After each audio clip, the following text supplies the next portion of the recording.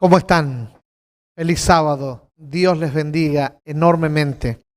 Estamos llegando al final de nuestra semana bendecida de estudio de la palabra juntos, de este recorrido santo por la palabra bendita de nuestro Dios.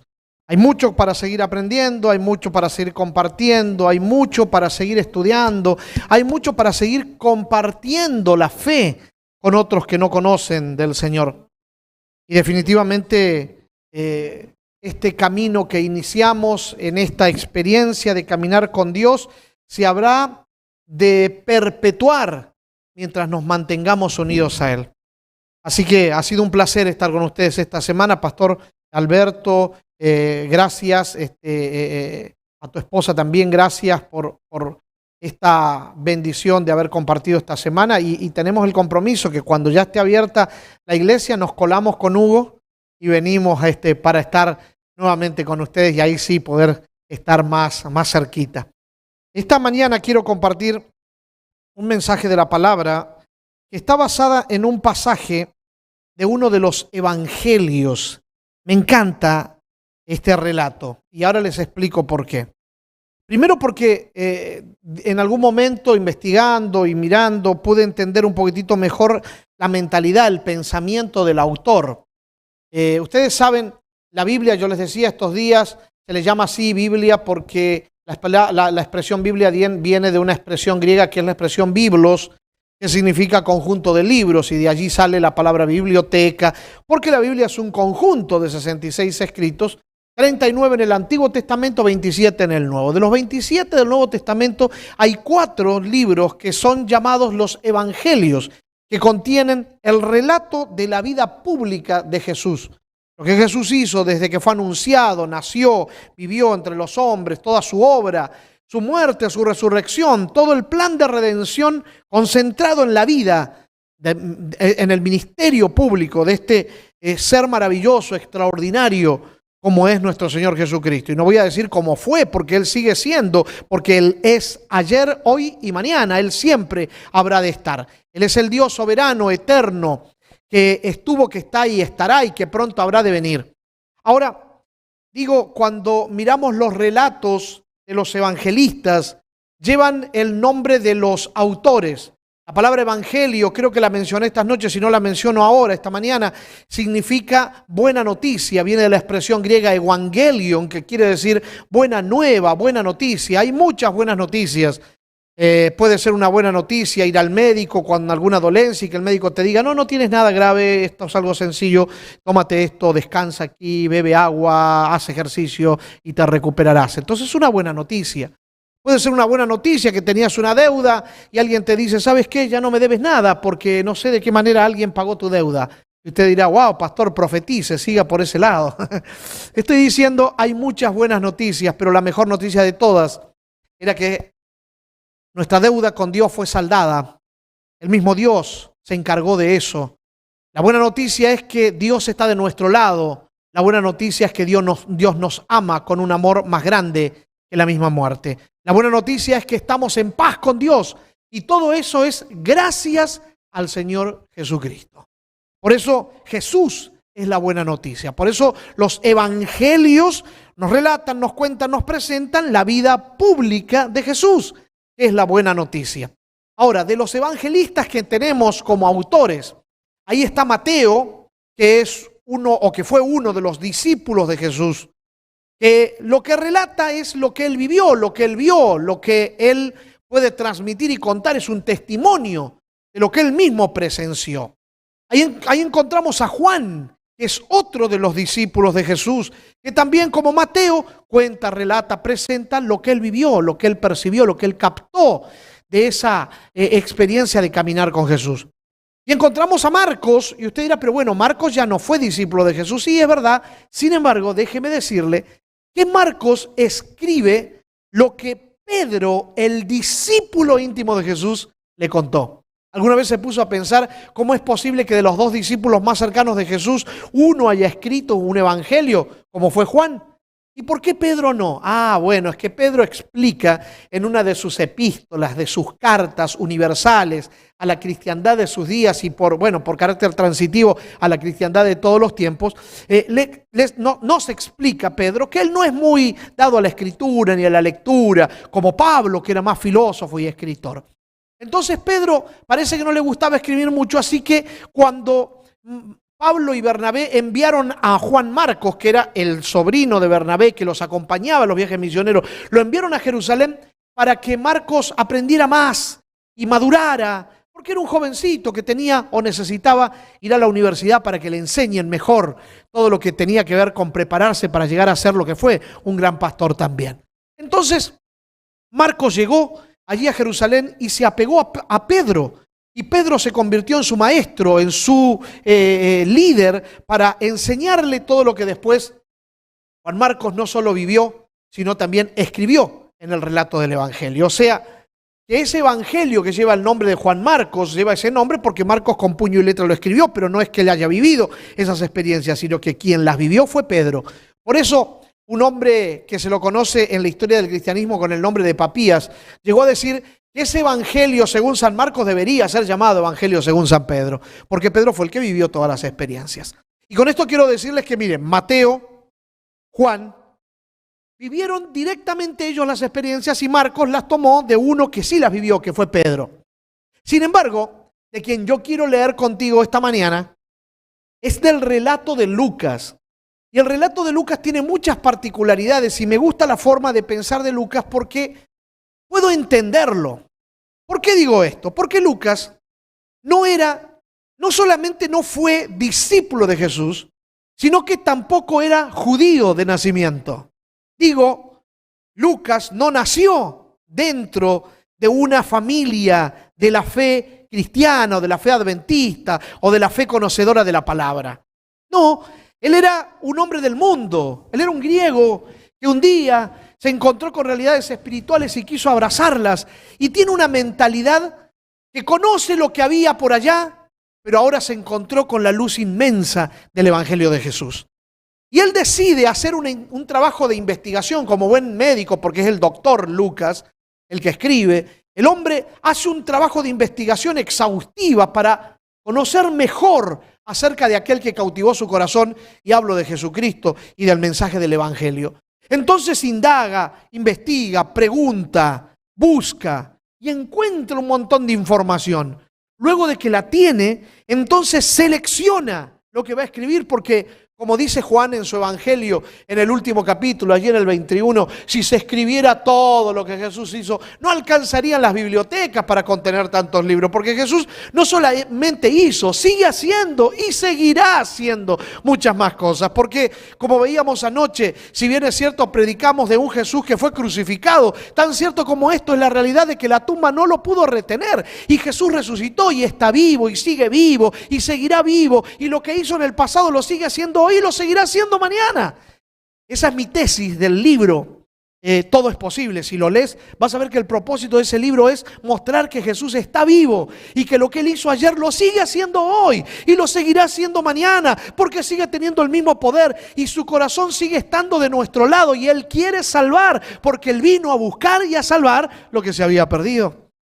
Y ese pensamiento donde se define la misión de Jesús, él vino a buscar y a salvar lo que se había perdido, emerge del libro de Lucas. Por eso me gusta la mentalidad de Lucas, porque Lucas entiende muy bien lo que es estar perdido y ser encontrado. Por eso Lucas escribe en el capítulo 15, en esa sección de las parábolas de los perdidos, los grupos en los que una persona puede encontrarse perdido: aquel que no conoce nada y un día el pastor tiene que venir a buscarlo, o aquel que está perdido dentro de la casa, dentro de la iglesia, hasta que el Señor tiene que remover todo y encontrarlo, o aquel que se pierde adrede porque quiere irse, pero un día reflexiona y regresa pensando en el amor de ese Padre que con los brazos abiertos está esperándonos. Por eso me gusta cómo Lucas escribe, porque seleccionó los relatos que presentan de forma contundente a Jesús como el Señor de la salvación, pero también como el Señor de los milagros. Está dispuesto a hacer el milagro necesario el que necesite nuestro corazón para hacernos entender que Él está de nuestro lado, que nos ama y que para Él nosotros somos, tú eres, yo soy la razón del haber venido, haber sufrido, haber muerto en la cruz para asegurarte a ti y a mí nuestra eterna redención. Por esa razón Jesús es la figura central del libro de Lucas.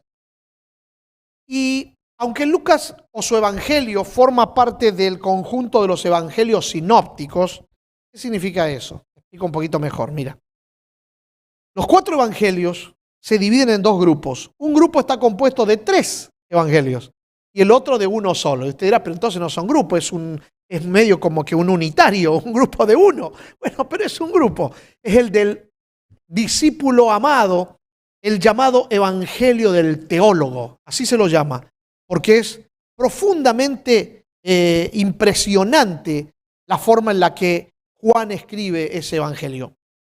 Juan, su mente se transformó después de haber visto las visiones en Patmos, porque entendió que Jesús no solamente era el Kurios Theos, ese es el propósito del evangelio de Juan, presentar a Jesús como el Kurios Theos. ¿Qué es eso, pastor? El Señor y Dios. En griego, Kurios significa Señor, Theos significa Dios, Kurios Theos, Señor y Dios de la tierra. Juan entendió que Jesús era el Kurios Theos del cosmos. ¿Qué significa esto? El Señor y Dios del universo. Que Jesús es mucho más grande de lo que su mente había captado cuando estaba en esta tierra. Porque en esta tierra Jesús apenas mostró un poquito de su grandeza. Porque Jesús es mucho más de lo que los relatos evangélicos o los evangelios, los libros de los evangelios, los 4 nos relatan. Es más de lo que la Biblia nos cuenta. Y pasaremos la eternidad aprendiendo más y más y más y más de la grandeza de Jesucristo. Por eso su grandeza y su belleza, su poder, su soberanía y majestad son inagotables y de ellas disfrutaremos por toda la eternidad. Por eso Juan, cuando escribe el evangelio, lo hace de forma significativa y profunda, busca las palabras más profundas para hablar de Cristo, los relatos más extraordinarios para mostrar que Jesús es el Señor y Dios del universo, pero está dispuesto a trabajar personalmente con nosotros. Por eso los relatos de Juan son relatos personales, como si fueran parábolas vivientes. Por eso Él nos muestra que Jesús, siendo el Señor y Dios del universo, quiere ser el Señor y Dios de tu universo personal. Ahora, volviendo al de Lucas, que es el que yo quiero leer, Lucas, aunque forma parte de los evangelios sinópticos, de paso, usted se preguntará, ¿por qué se los llaman evangelios sinópticos? La palabra sinopsis significa literalmente mirando a través de un mismo ojo. Es como que los 3 escritores vieron lo mismo, se enteraron de lo mismo, estuvieron en la misma escena, porque cuentan los mismos relatos mayormente, con un que otro detalle diferente por la personalidad de cada uno de ellos. Sin embargo, el relato que yo quiero leer no lo vas a encontrar ni en el Evangelio de Mateo ni en el Evangelio de Marcos, aun cuando estos son parte, con el de Lucas, de la sección de los evangelios sinópticos. Y tampoco lo vas a encontrar en el Evangelio de Juan, aun cuando Juan es el que cuenta los relatos que los otros no cuentan. Con esto quiero decirte que este relato que vamos a leer es exclusivo del Evangelio de Lucas y tiene una particularidad muy especial. Primero, cómo Lucas introduce el relato, que a mí me atrapa, me cautiva y me seduce. La segunda, porque en su presentación, Lucas nos muestra aspectos de Jesús que son extraordinarios. Y vamos a mirar el texto. El texto está en Lucas capítulo 7, en los versos 11 al 17. 8 versículos nada más, pero con un gran contenido. Le decía que me encanta, me fascina, me seduce, me atrapa, me cautiva la forma en la que Lucas introduce este relato. El lector, que suele leer con superficialidad, que lee rápido y no medita mucho en lo que lee, probablemente no encuentre gran ciencia en la forma en la que Lucas introduce este relato. Sin embargo, Teniendo en cuenta todas estas cosas que te dije, que Lucas pensó muy bien, que seleccionó y que escribió con un propósito, que no escribió por escribir al azar, simplemente porque se le ocurrió, sino porque tiene un propósito al escribir lo que escribió y cómo lo escribió, entonces tienes que tratar de descubrir qué es lo que hay escondido detrás de la forma en la que Lucas introduce este relato. El texto dice, aconteció que después de esto, y usted dirá, pero qué palabras tan sencillas y normales, aconteció que después de esto, cualquiera dice eso. No. Insisto, si lees por encima superficialmente, no notas nada. Pero si eres de lo que te gusta mirar un poquitito más allá y tratar de encontrar algo especial, entonces no puedes pasar de alto o por alto una expresión así, aconteció que después de esto, sin preguntarte, ¿después de qué? Y entonces para entender o para responder esa pregunta tendrás que leer el relato anterior. Entonces ahí te vas a dar cuenta que el propósito de Lucas al expresarse de esta manera era unir o unificar los dos relatos. Cuando tú lees el relato anterior descubres que Jesús está sanando a la distancia al siervo de un centurión. No necesita ir a la casa, no necesita estar presente, desde lejos da su palabra, y su palabra que traspasa las barreras, tanto sea de las murallas creadas por los hombres como de los prejuicios y preconceptos de las culturas y de las naciones, traspasa todo eso y llega al corazón mismo del enfermo y le devuelve la salud, haciendo un milagro de sanidad. Y date cuenta que la palabra de Jesús es tan poderosa que nada la detiene. Porque cuando Él declaró la palabra que el enfermo sea sano, en esa misma hora aquel enfermo fue sanado. Desde lejos, a la distancia, alguien diría a control remoto, algo así. Pero el relato que continúa, ese es el relato anterior. El relato que continúa nos muestra a Jesús caminando 47 kilómetros, 28 millas aproximadamente, para llegar a una ciudad llamada Naín y poder allí devolverle la alegría a todo un hogar, levantando a uno que estaba muerto, haciendo un milagro aún mayor. Y cualquiera hubiera dicho, pero si el poder de Jesús es tan grande, ¿por qué razón entonces no declara su palabra desde allí donde estaba? ¿Y por qué tiene que caminar tanto para llegar a aquel lugar? Es que esto no lo hace porque sí. Y no es porque su palabra tenía un radio de alcance menor y por eso tenía que estar más cerca para hacer un milagro mayor que el que hizo sanando al siervo del centurión. No tiene nada que ver con eso. Tiene que ver con algo importante que Lucas está tratando de transmitirnos acerca de cómo trabaja, cómo funciona Jesús. Primero, el relato nos muestra a un Jesús que no se conforma con sanar a uno, sino que después de sanar a ese a la distancia va a buscar a otro y va caminando hasta allá porque Él va a ir a donde tenga que ir, va a hacer lo que tenga que hacer con tal de salvar, porque Él vino a buscar y a salvar lo que se había perdido. En otras palabras, Jesús en el relato de Lucas se nos muestra como aquel que no descansa, que vive buscando corazones para salvar. Busca uno, luego a otro, luego a otro y luego a otro. Alabado sea su nombre, porque eso significa que esta mañana te va a buscar a ti y me va a buscar a mí, y no importa dónde nos encuentre, porque a partir de donde nos encuentre va a trabajar con nosotros, porque este relato de Lucas también nos enseña que Jesús no usa el mismo método con todos. A veces nosotros los seres humanos queremos encontrar el método y pensamos que de una forma vamos a alcanzar o vamos a poder lograr alcanzar a todos haciendo siempre lo mismo o haciendo algo en particular o teniendo un método específico. Pero el relato bíblico nos enseña, nos presenta, nos demuestra que Jesús tiene tantos métodos como personas existan. Porque Jesús trabaja con nosotros personalmente, individualmente, y Él trabaja a partir de donde estamos, llevándonos de lo conocido a lo desconocido, de lo terrenal a lo divino, de lo superficial a lo profundo, de lo terrenal a lo celestial. Él sabe cómo trabajar con nosotros. Por eso con aquel siervo del centurión, para alcanzar al siervo, pero también al centurión, ni siquiera entra a la casa y desde lejos da la palabra, pero para alcanzar a aquella mujer y a su hijo, del relato que voy a continuar leyendo, llega hasta el lugar, porque Él no trabaja con todos igual, porque Él no nos mide a todos de la misma manera, porque Él nos ama y nos considera a cada uno como si fuéramos el único que estamos en este universo. Así te mira Jesús, porque tú eres especial para Él. Él te mira como si no hubiera nadie más a tu alrededor. en el sentido de que te presta toda la atención, porque tú eres lo principal para Él. Imagínate si serás importante para Él, que tiene hasta tu nombre escrito en la palma de su mano. Eso es lo que Él dice.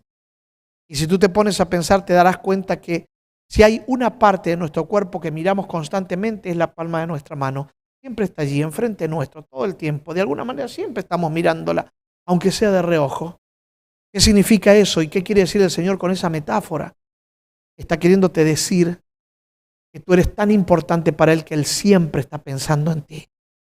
Que Él está pendiente de ti. Que tú eres muy importante para Él. Imagínate, el Señor Jesús trabaja contigo a partir de donde estás, te busca donde estás, te encuentra donde estás y de allí te encamina para que vivas una experiencia mejor. Alabado sea su nombre. Este relato de Lucas nos muestra un Jesús que no descansa, un Jesús que no usa el mismo método y un Jesús que está dispuesto a hacer el sacrificio que sea con tal de salvarte.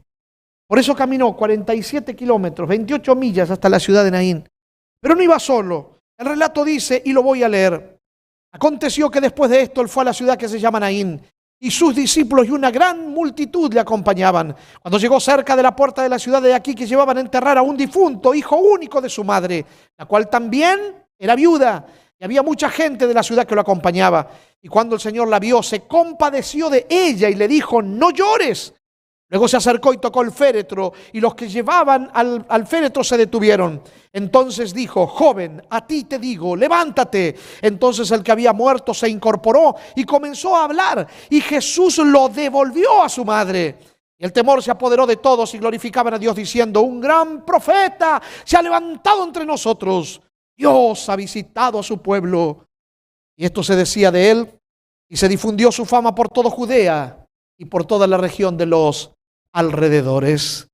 Mira qué interesante. Jesús camina 47 kilómetros y no va solo, va una gran multitud con él. Y no es una gran, no es una multitud apenas, es una grande multitud. Tanta gente. Y ellos iban caminando con gozo, con alegría y con felicidad.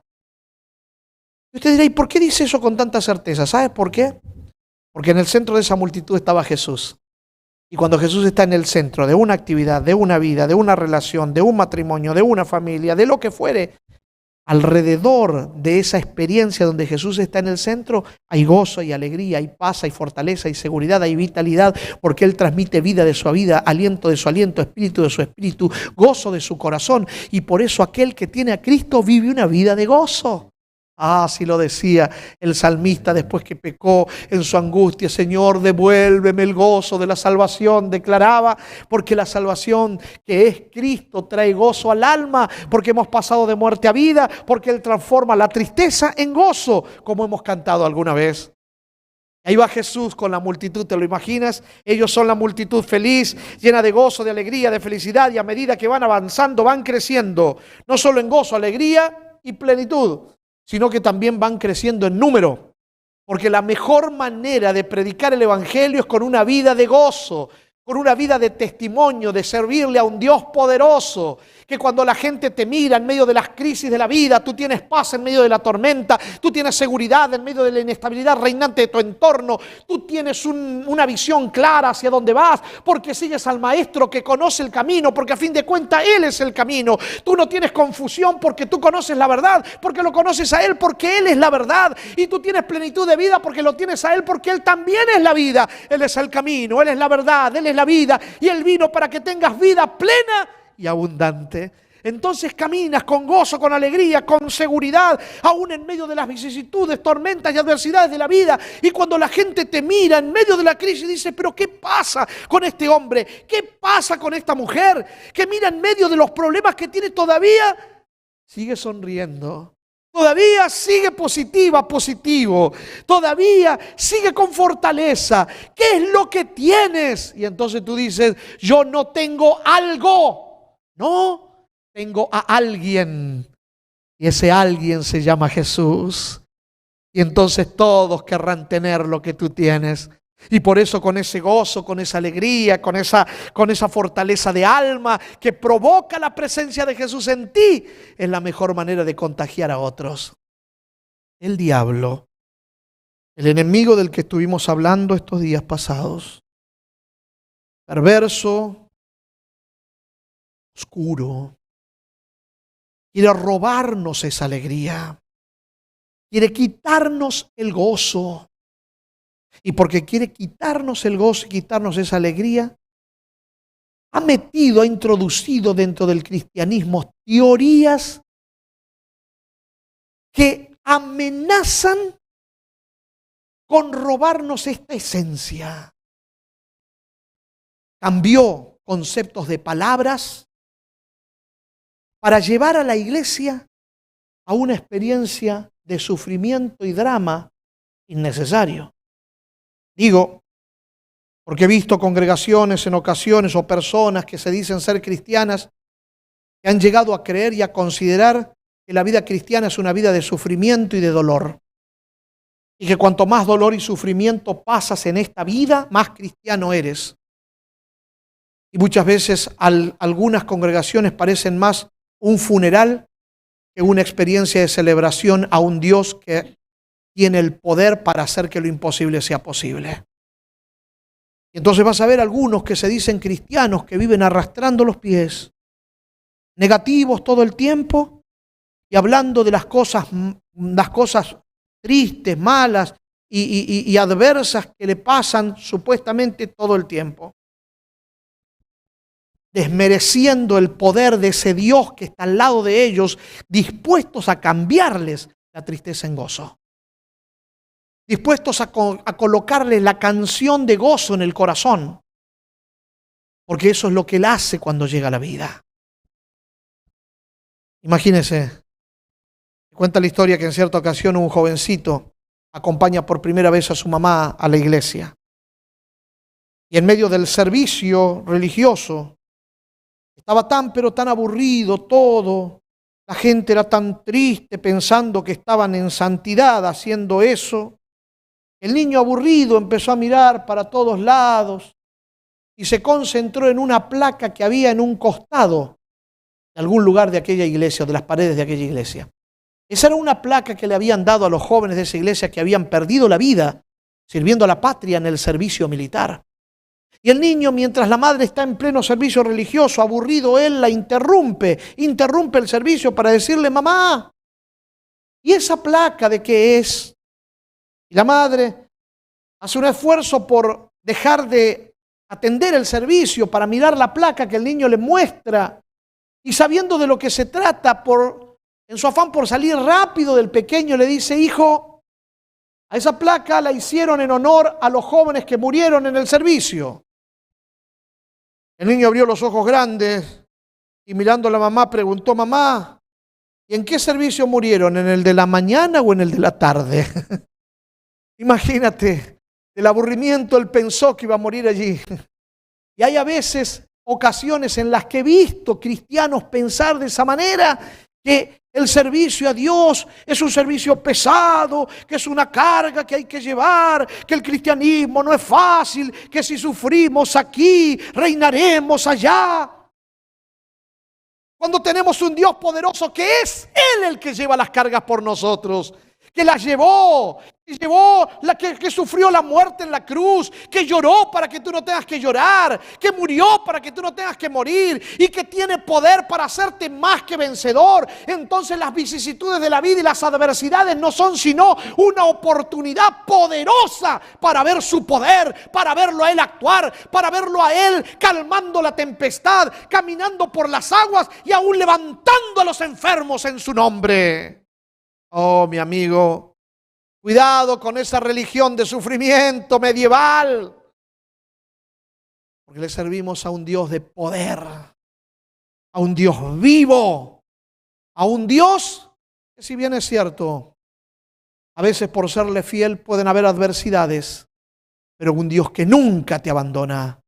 Y por eso el salmista decía: aunque ande en valles de sombra y de muerte, no temeré mal alguno, porque tu vara y tu cayado me infundirán aliento. ¿Qué era eso? Era el palo en el que se apoyaban los que caminaban. En otras palabras, lo que está diciendo el salmista es: porque yo me apoyo en ti, Señor.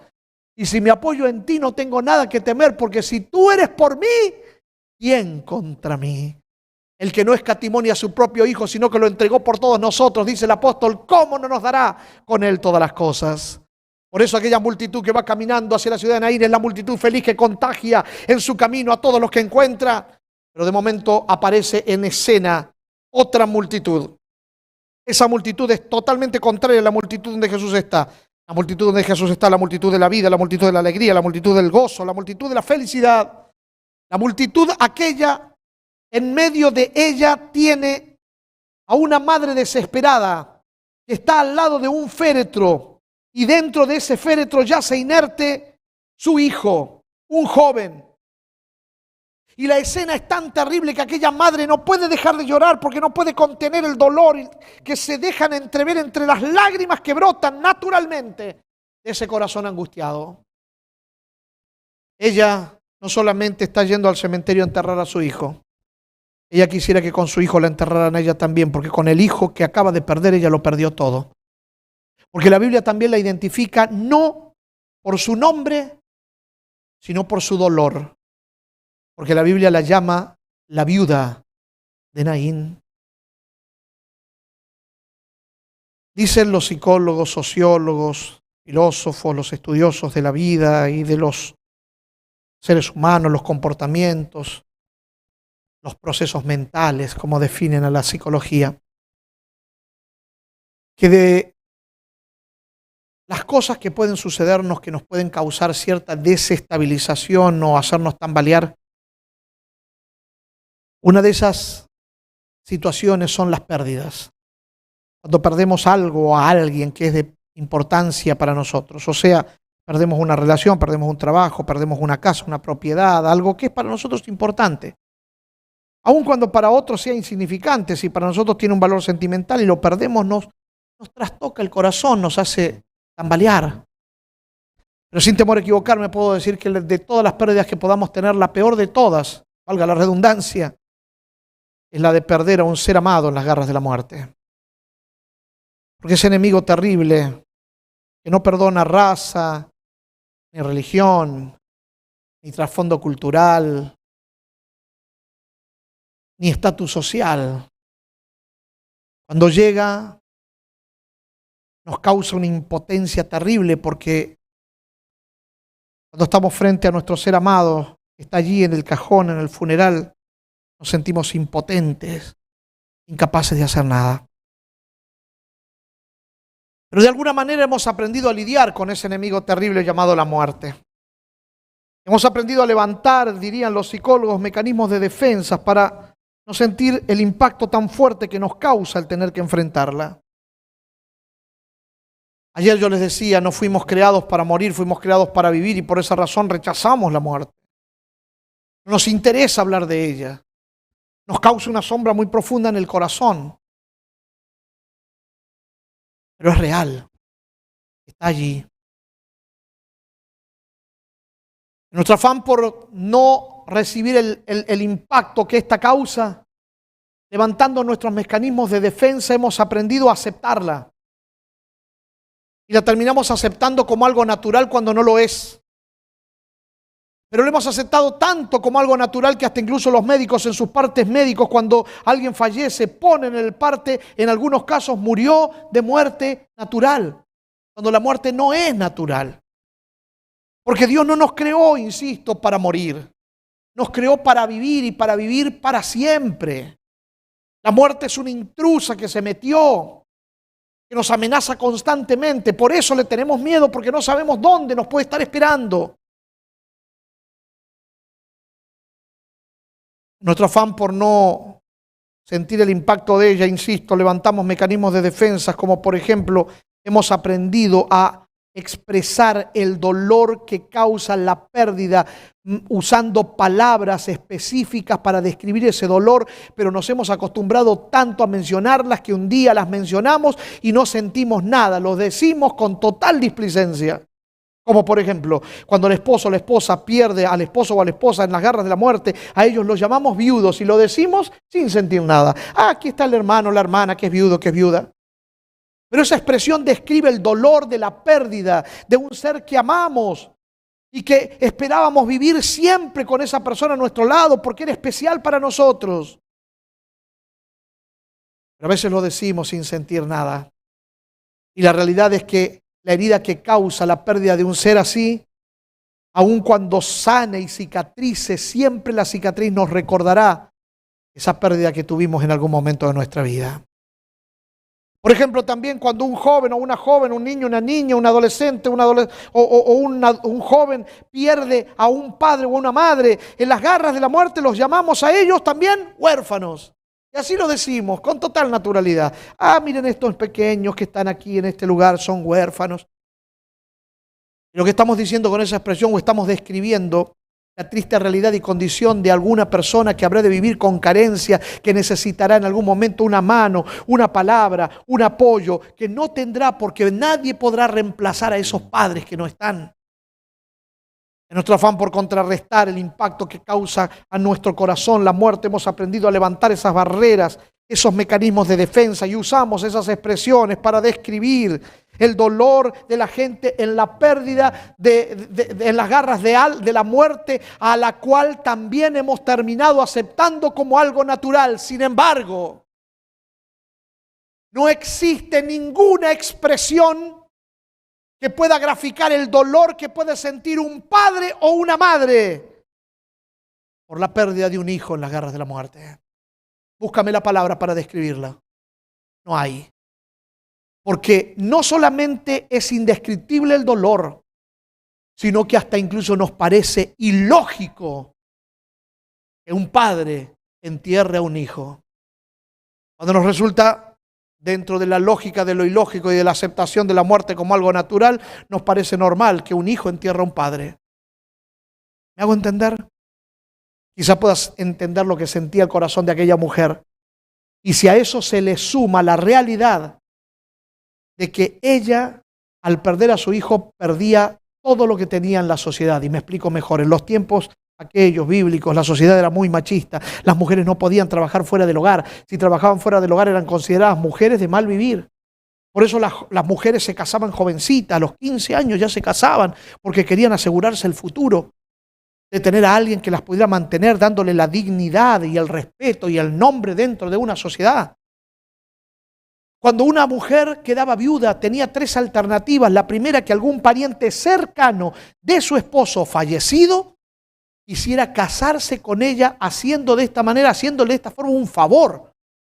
Y esa forma se llamaba redimir a esa mujer. Pero redimir quiere decir comprar, como si fuese un objeto también. Redimir. Y al redentor se le llamaba Goel. Esa era la expresión, el Goel, el redentor. Era también un símbolo de Jesús que nos compró con su sangre, entregando todo por nosotros. Pero volviendo al punto principal, lo que quiero resaltar es que una alternativa era que alguien hiciera eso, pero parece que con esta mujer no hubo un Goel. Ahora, si la mujer podía conseguir fondos en el fondo para viudas y desamparados, quizás podría sostenerse de allí, pero en aquellos días, en el fondo para viudas y desamparados no había dinero. No había dinero porque lo que no se llevaban los romanos se lo llevaban los publicanos. Los publicanos eran judíos mismos que trabajaban para los romanos, cobrando impuestos para los romanos y aprovechándose de tener de lado la guardia del imperio para cobrar de más a sus compatriotas. Por eso lo que no se llevaba a Roma se lo llevaban los publicanos, así que en el fondo para viudas y desamparados no había dinero. La otra alternativa que tenían estas mujeres era tener un hijo en edad de trabajo para que ese hijo las pudiese mantener, sostener y darles, mantener su nombre, no solamente mantenerlas físicamente con lo que tiene que ver con alimentación, cuidado, vestido, etcétera, sino también para mantener su dignidad y su nombre dentro de la sociedad, convirtiéndose o manteniéndose como una mujer de bien. Pero esta mujer no tiene un Goel que la ayude, no hay dinero en el fondo para viudas y desamparados, y lo único que tenía era su hijo que ahora acaba de morir, y como acaba de morir su hijo ya no le queda nada. Y como no le queda nada, ella sabe que va a tener que ir a trabajar fuera de la casa, y teniendo que ir a trabajar fuera de la casa no le va a quedar otra alternativa que ser señalada, perder su dignidad, perder su lugar, el respeto de la gente. Así que esa mujer no tiene nada. Y el dolor es tan grande porque no solamente está yendo al cementerio a enterrar a su hijo que no entiende sino que también acaba de perder a su esposo hace no mucho tiempo atrás. Así que la muerte parece que se ensañó con ella, robándole todo. Esa mujer desesperada no puede parar de llorar. Para ella dejar de llorar es imposible. Por eso brota naturalmente las lágrimas de su corazón. Está angustiada, está desesperada, no ve futuro. Y ella va al cementerio queriendo que la entierren con su hijo. En el camino las dos multitudes se van acercando, la multitud de la vida frente a la multitud de la muerte, la multitud del príncipe de la vida enfrentará la multitud del príncipe de la muerte, enfrentando al príncipe de la muerte en sí. Y cuando las multitudes quedan frente a frente, Jesús sale del centro de la multitud donde está y se introduce en el centro de la otra multitud, de la multitud de la tristeza y del dolor. ¿Sabes para qué? Para cambiar las realidades de toda esa multitud. Porque la multitud donde Jesús estaba en el centro era la multitud feliz porque Jesús hacía la diferencia. Ahora Jesús, estando en el centro de la otra multitud, va a cambiar, va a transformar todas las realidades de esa otra multitud. Porque donde Jesús llega, por donde Jesús pasa, todo cambia. Alguien que sabía mucho acerca de Jesús, una dama que me encanta leer sus escritos, especialmente uno que se titula El Camino a Cristo. En ese pequeño librito, esta dama dice que antes de llegar Jesús a muchas aldeas, se escuchaban en esas aldeas gritos de dolor, de angustia, de desesperación, de enfermedad. Después del paso de Jesús solo se escuchaban cantos de alegría, risas y gozo, porque Jesús al pasar los había sanado, los había tocado, los había transformado, había hecho la diferencia. Jesús siempre hace la diferencia. Por eso llega al centro de la otra multitud. Y para cambiar las realidades de esa multitud, toca el féretro y mirando a la mujer le dicen: deja de llorar. Y ella no puede dejar de llorar. Ya no llores, mujer, no llores. Él se compadece de ella y con tristeza le pide: por favor, no llores. Pero ya no puede. Él está pidiendo algo imposible. ¿Sabías tú que Jesús muchas veces, no siempre, pero muchas veces, se ha atrevido a pedirnos cosas que para nosotros son imposibles? Y te dirás: pero entonces, ¿cómo es eso? Mira, un día va a un estanque. Hay muchos enfermos. El estanque se llama Betesda. Tiene 5 puertas. Él entra por una, va por otra y busca entre todos los enfermos que hay allí al peor de todos, uno que llevaba 38 años paralítico. Se acerca y le hace una pregunta: ¿quieres ser sanado? ¿Qué pregunta, por favor? ¿Qué enfermo no quiere ser sanado? Diría cualquiera. Sí. Pero Jesús sabe lo que está preguntando. Jesús sabe muy bien que ese hombre lleva 38 años paralítico y por llevar 38 años paralítico, él ya se ha convencido de que su caso es imposible. Que por más que él quiera, no podrá. Porque ni siquiera puede arrastrarse para llegar hasta el estanque. Porque la leyenda urbana decía que de tanto en tanto un ángel descendía y movía las aguas del estanque y el que primero se echaba dentro del estanque era sanado. Y él, que se aferraba a cualquier cosa en su desesperación, escuchaba que el agua se movía un poquito y quería llegar, pero ni arrastrando podía. Si no se podía ni arrastrar, imagínese usted allí tirado, ese hombre, 38 años, lleno de llagas en el cuerpo, oliendo mal, con moscas a su alrededor, un cuadro tétrico, horrible. Este hombre no se baña, apenas si come, está famélico y encima es paralítico. Y Jesús le pregunta: ¿quieres ser sanado? El hombre responde: si ni siquiera puedo moverme hasta el estanque, no puedo llegar ni arrastrándome. Como diciendo: mira lo que me pregunta, ¿quién no querría? Lo que pasa es que mi caso es un caso perdido, porque la verdad es que yo ni siquiera me puedo arrastrar. Lo que me estás pidiendo es algo totalmente ilógico e imposible al extremo, porque ¿cómo voy a hacer esto? Y Jesús se quedó firme, permaneciendo allí. ¿Seguro quieres ser sanado? El hombre lo mira como diciendo: ¿qué más quisiera? Y entonces Jesús le dice: bueno, toma tu lecho, levántate y anda. ¿Qué más quisiera yo? ¿Cómo voy a hacer si soy un paralítico?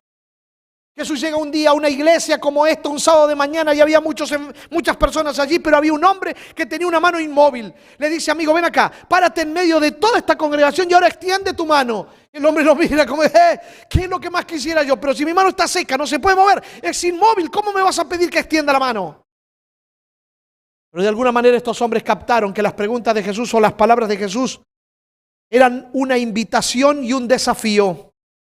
Los estaba desafiando a atreverse a conquistar lo inconquistable, a alcanzar lo inalcanzable, llegar a donde jamás pensaron que podían llegar, yendo más allá de lo que cualquier ser humano puede llegar. Los estaba invitando a vivir una experiencia sobrenatural y hacerlos a ellos copartícipe con Él en la creación de un milagro. Paralítico del estanque de Betesda, quiere ser sanado, toma tu lecho, levántate y anda. Y el paralítico piensa, me voy a atrever, voy a aceptar tu desafío, porque tu desafío es una invitación a confiar en ti. Algo tiene tu palabra que motiva mi corazón y que me quiere hacer lo que estás pidiendo. Y entonces empieza a sentir que los tendones, músculos y nervios de su cuerpo cobran vitalidad y como un resorte se pone de pie. Igual que el hombre de la mano seca dice, yo voy a aceptar tus palabras, voy a aceptar el desafío y en tu nombre lo voy a intentar porque tu palabra motivó mi corazón de tal manera que siento que es posible que un milagro esté en la puerta. Y entonces siente otra vez tendones, nervios y músculos de la mano que cobran vitalidad y extiende la mano. Ahora escúchame bien. Esto tiene que ver con la realidad de que cada vez que Jesús le pide al ser humano algo que a él le resulta imposible hacer, es porque él está dispuesto a dar todo su poder para que el ser humano haga que lo imposible sea posible. Y así pasó con aquella mujer también cuando le dijo, mujer, no llores. Antes que ella diga nada, cuando todavía las lágrimas corrían por su mejilla y no le permitían ver por los ojos empañados al mismo Jesús, él paró al cortejo fúnebre, tocó el féretro y al que estaba dentro le dijo, joven, levántate, a ti te digo, levántate. Es interesante que un escritor dice que Jesús tuvo que decirle, a ti te digo, ahora solamente tú. Porque si Jesús hubiese dicho, joven, levántate, hubieran aprovechado todos los muertos jóvenes vivos de la historia para resucitar o levantarse. Te dirá, pero qué locura, pastor, qué exagerado. No te creas. Porque sabes que esta escena se repetirá y te lo digo en un instante. Cuando Jesús hizo eso y el joven se levantó, entonces Jesús lo tomó y se lo devolvió a la madre y con este acto secó las lágrimas de esa mujer.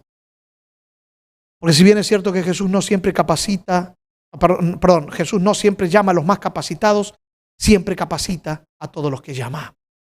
Cada vez que Jesús te pide algo, Él está dispuesto a dar su poder para que tú hagas lo que Él te está pidiendo. Porque Él está dispuesto a actuar contigo, a tu lado, porque nunca te abandonará, porque nunca te dejará y porque Él siempre infundirá aliento de su aliento a tu corazón para que tú puedas vivir una vida de plenitud, de gozo, de alegría, de paz, de seguridad, de fortaleza y felicidad, la que tanto has estado buscando. Porque Él vino para que tengas vida y la tengas en abundancia. Por eso secó las lágrimas de esa mujer, se lo devolvió como un presente de amor, símbolo de su poder transformador y de su perdón renovador. Me decía que esa escena se volverá a repetir, ¿sabes? Porque pronto el Señor Jesús vendrá con la multitud de ángeles felices, llenos de gozo, cantando alabanzas, vendrán desde el cielo a encontrarnos a nosotros, los de la multitud triste en este mundo. Y aquel día el Señor llamará a los que duermen en el polvo de la tierra, como lo hizo con el hijo de la viuda de Naín, lo hará con los que hoy duermen, y no será uno. Y aquel día así dirá, levántense, levantaos vosotros que dormid, y todos los muertos en Cristo resucitarán primero, y resucitarán con un cuerpo incorruptible, y luego nosotros los que hayamos quedado seremos arrebatados después de haber sido transformados en un abrir y cerrar de ojos, porque es menester que esto mortal se vista de inmortalidad, es necesario que esto corruptible se vista de incorrupción, y entonces se dirá, ¿dónde está, oh muerte, tu aguijón? ¿Dónde, oh sepulcro, tu victoria? Porque la muerte es un enemigo vencido por el Dios soberano que un día, vestido de humanidad, muriendo en la cruz, vencía la muerte, saliendo del sepulcro vencedor, trayendo a la vida la inmortalidad. Alabado sea su nombre. Ese Jesús pronto vendrá. ¿Estás preparando para su encuentro? Cuando venga a cambiar las realidades de este mundo y secará nuestras lágrimas y ya no habrá más llanto, ni dolor, ni tristezas, como lo hizo con aquella viuda de Naín. Y nos devolverá a los que la muerte nos quiso arrebatar, a los que están descansando hoy porque no están muertos. Los que creen en Cristo no mueren. Él dijo, yo soy la resurrección y la vida, el que cree en mí, aunque esté muerto, vivirá. Pastor, ¿cómo me dice a mí que no están muertos? Están descansando, mi amigo. Descansando en el sueño. Como cuando tú duermes y no te enteras lo que pasa a tu alrededor, así están ellos descansados. Descansan. Y cuando Cristo regrese, serán despertados de ese sueño de la muerte con un cuerpo renovado, transformado, glorificado como el de Jesús cuando resucitó. Y ya no sufrirán más la enfermedad, y ya no se envejecerán más, y ya no envejeceremos más, porque estaremos listos para vivir a su lado por el resto de la eternidad. Oh, cuánto anhelo que ese día llegue. Cuánto anhelo que el cielo se abra, que las tumbas se abran, que Jesús vuelva para encontrarnos con nuestros seres amados, pero más que nada, para encontrarnos con Él, mirarlo cara a cara y agradecerle por todo lo que ha hecho por mí y lo que ha hecho por ti. ¿Te estás preparando y anhelas también tú ese día especial?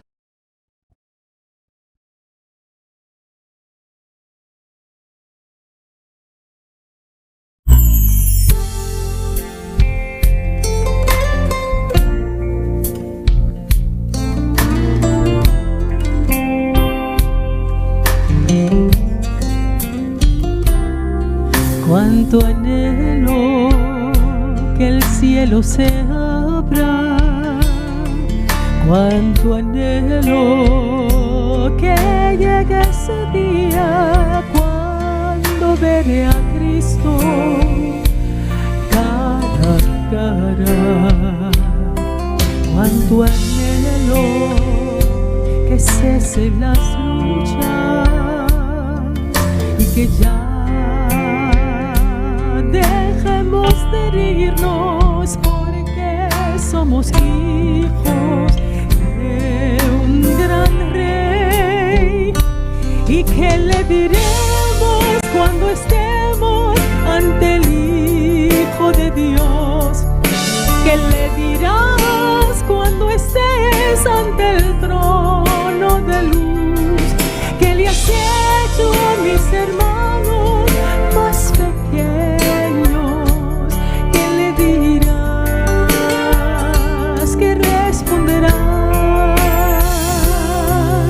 ¿Cuántas veces lastimo a mi hermano sin pensar en el daño causado a un alma afligida y malherida? Hoy le pido a Dios su misericordia por aquellos que a otros lastiman. Si le conocieran, sabrían que Él es amor. ¿Y qué le diremos cuando estemos ante el Hijo de Dios? ¿Qué le dirás cuando estés ante el trono de luz? ¿Qué le has hecho a mis hermanos más pequeños? ¿Qué le dirás? ¿Qué responderás?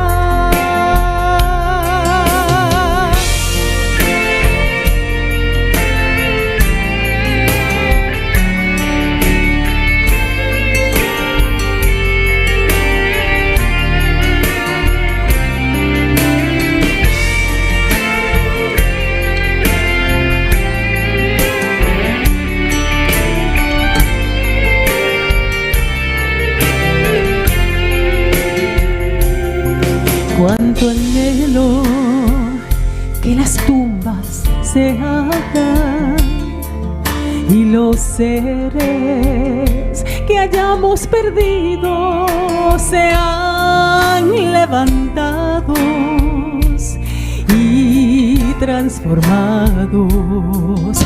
Quiero estar allí con mis seres queridos y poder al fin encontrarnos de nuevo y caer de rodillas a los pies de mi Señor. Qué maravilloso será el cielo con mi Cristo y miles de ángeles cantando por los siglos, y para siempre viviremos la eternidad donde no no habrá dolor ni muerte jamás. Qué maravilloso será el cielo con mi Cristo y miles de ángeles cantando por los siglos, y para siempre viviremos la eternidad donde no habrá dolor ni muerte jamás, no habrá pesar, todo será paz. Prepárate ya, el tiempo se va.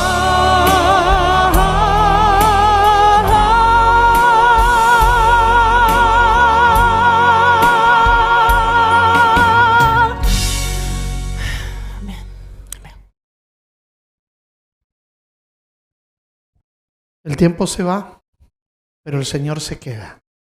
Y se queda contigo si le das entrada en tu vida y en tu corazón. Me gustaría que nuestra oración final sea: Señor, prepárame para el encuentro contigo. Ese prepárame puede requerir varias cosas. Puede ser que hayan algunas cosas que abandonar y estás dispuesta a dejar que Él actúe para eso. Ese prepárate puede significar tener que dar el paso del que hablábamos anoche y ser bautizado, bautizada, para unirte a Cristo y a la iglesia que lo espera. Entonces, si dices, Señor, prepárame, puedes estar diciendo alguna de esas cosas. ¿Te animas? ¿Te atreves? Entonces escríbelo allí, escríbelo en el chat. Escribe: prepárame, Señor. Quiero estar listo para tu encuentro, quiero estar lista para tu encuentro. Estoy dispuesto a poner en armonía mi vida con tu palabra y contigo, porque quiero que tú seas el Señor soberano de mi existencia. Y yo voy a orar por esa decisión que estás tomando en este momento. Señor, gracias. Primero, por la oportunidad de compartir tu palabra estos días aquí con mis hermanos en Hialeah Spring. Gracias por el ministerio del pastor Valio. Gracias por su esposa, por esa familia pastoral tan linda que has traído a esta congregación para bendecir esta congregación. Permite que juntos, tanto el pastor como los líderes de la iglesia, unidos a toda la feligresía, puedan trabajar en función de llevar adelante la proclamación del Evangelio a todos los que están aquí alrededor de esta congregación. Gracias, Señor, por los amigos que han estado conectados durante todas estas noches.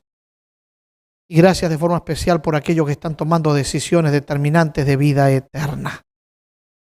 Los que están escribiendo, los que han escrito, los que escribirán y los que han guardado en el corazón ese deseo de querer ser parte de aquel grupo que habrá de levantar los ojos al cielo en algún momento cuando tú vengas y dirán: he aquí, este es nuestro Dios, le hemos esperado y Él nos salvará. Y entonces estarán allí, llevados por los ángeles a la presencia tuya, Señor, cuando vengas para estar a tu lado por el resto de la eternidad. Prepáranos, porque como escuchábamos recién, el tiempo se va.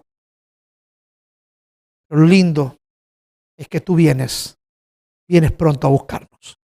Nos encomendamos y nos entregamos en tus manos de amor para que puedas continuar haciendo esta tarea en nosotros, o tu obra en nosotros, confiados de que tú que la empezaste, la habrás de terminar.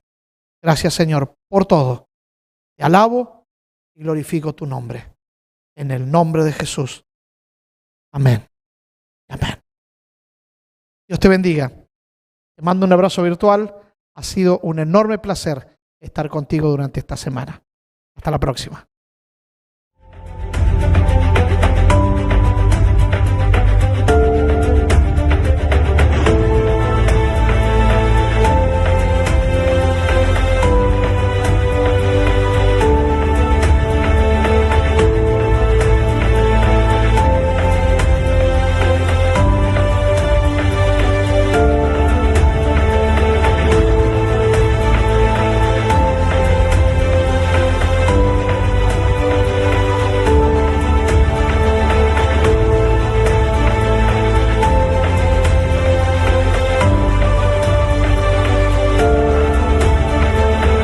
Es tiempo de empezar a vivir por fe.